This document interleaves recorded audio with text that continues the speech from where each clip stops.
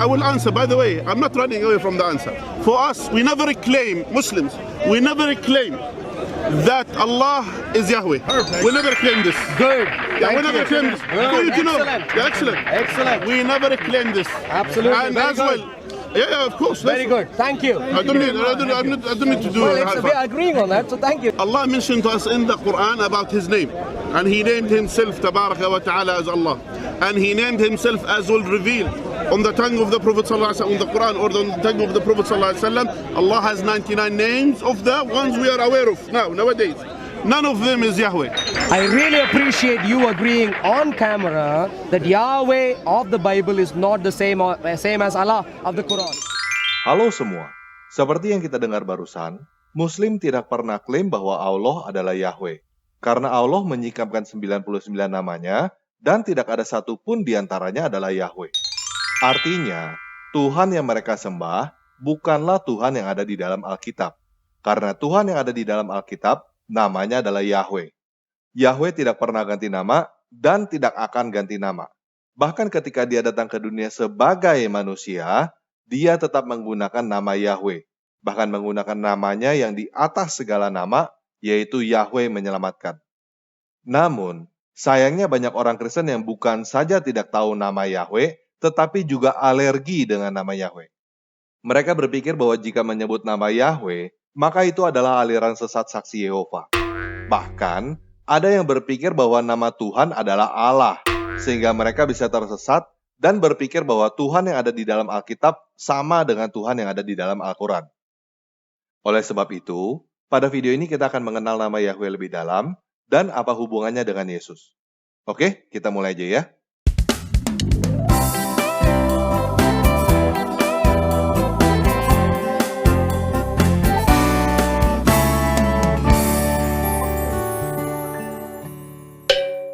Nah, banyak orang yang berpendapat bahwa nama Yahweh pertama kali digunakan pada zaman Musa.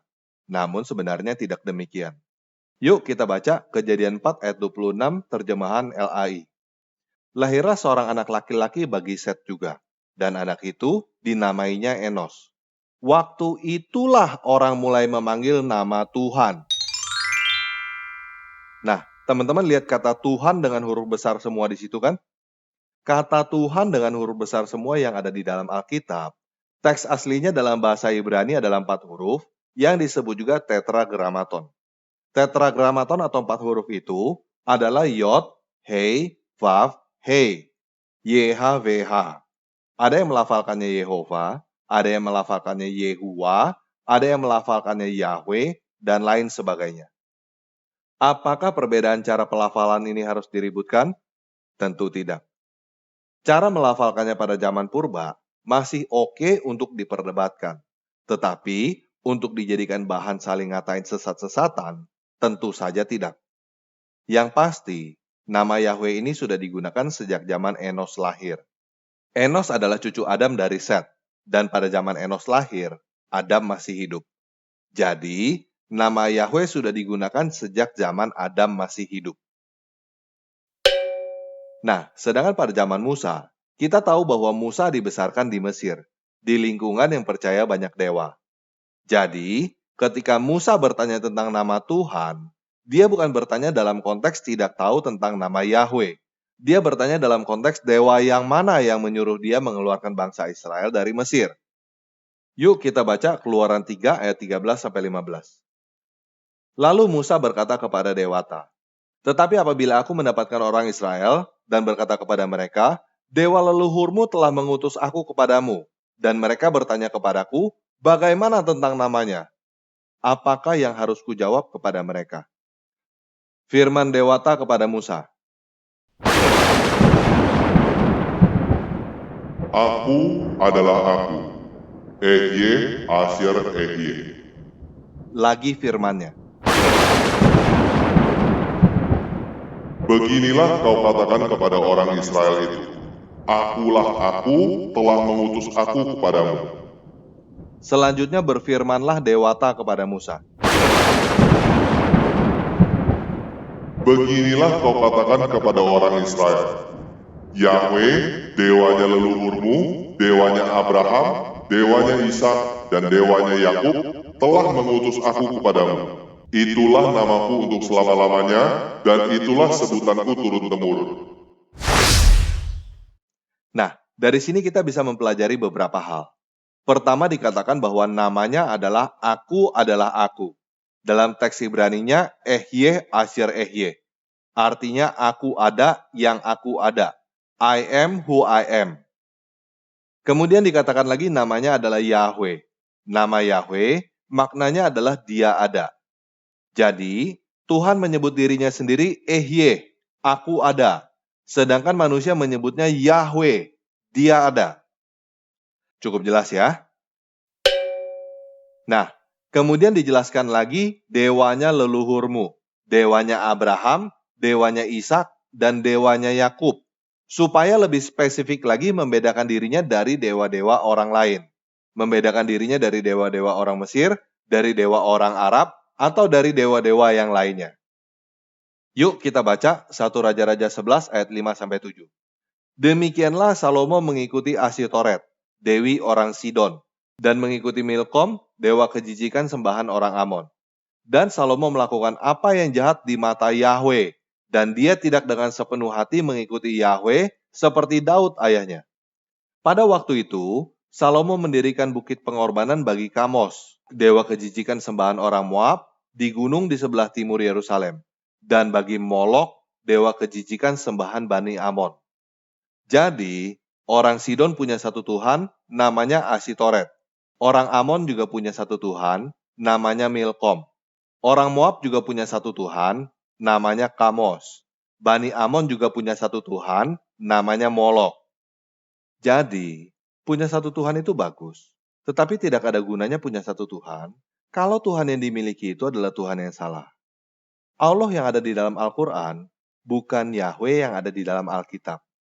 Allah punya 99 nama, dan tidak ada satupun di antaranya adalah Yahweh. Sampai di sini jelas ya? Nah, kemudian kita juga bisa belajar bahwa Yahweh adalah nama untuk selama-lamanya. Dia tidak pernah dan tidak akan pernah ganti nama menjadi Allah atau ganti nama menjadi apapun. Ketika dia datang menampakkan diri kepada Abraham dalam wujud seperti manusia, namanya adalah Yahweh. Ketika dia datang menampakkan diri sebagai malaikat kepada Musa, Elia, dan para nabi lainnya, namanya adalah Yahweh. Dan ketika dia datang sebagai 100% manusia, namanya tetap Yahweh. Nama Yesus adalah nama di atas segala nama, yang artinya adalah Yahweh menyelamatkan. Maksudnya adalah, dia bukan cuma sekedar dia ada, tetapi dia adalah yang menyelamatkan. Yesus adalah nama perjanjian antara kita dengan dia, yaitu bahwa dia menyelamatkan kita dari kematian. Sampai di sini paham ya? Nah, perbedaan mendasar antara Kristen dengan saksi Yehova adalah saksi Yehova tidak mengakui bahwa Yesus adalah Yahweh. Saksi Yehova mengakui bahwa Yesus adalah Kristus, Yesus adalah Mesias, tetapi tidak mengakui bahwa Sang Mesias itu adalah Yahweh itu sendiri. Berbeda juga dengan agama Yahudi. Agama Yahudi tidak mengakui Yesus sebagai Mesias. Tetapi, ada yang namanya agama Yahudi Mesianik. Yahudi Mesianik mengakui Yesus adalah Mesias dan mengakui Yesus adalah Yahweh.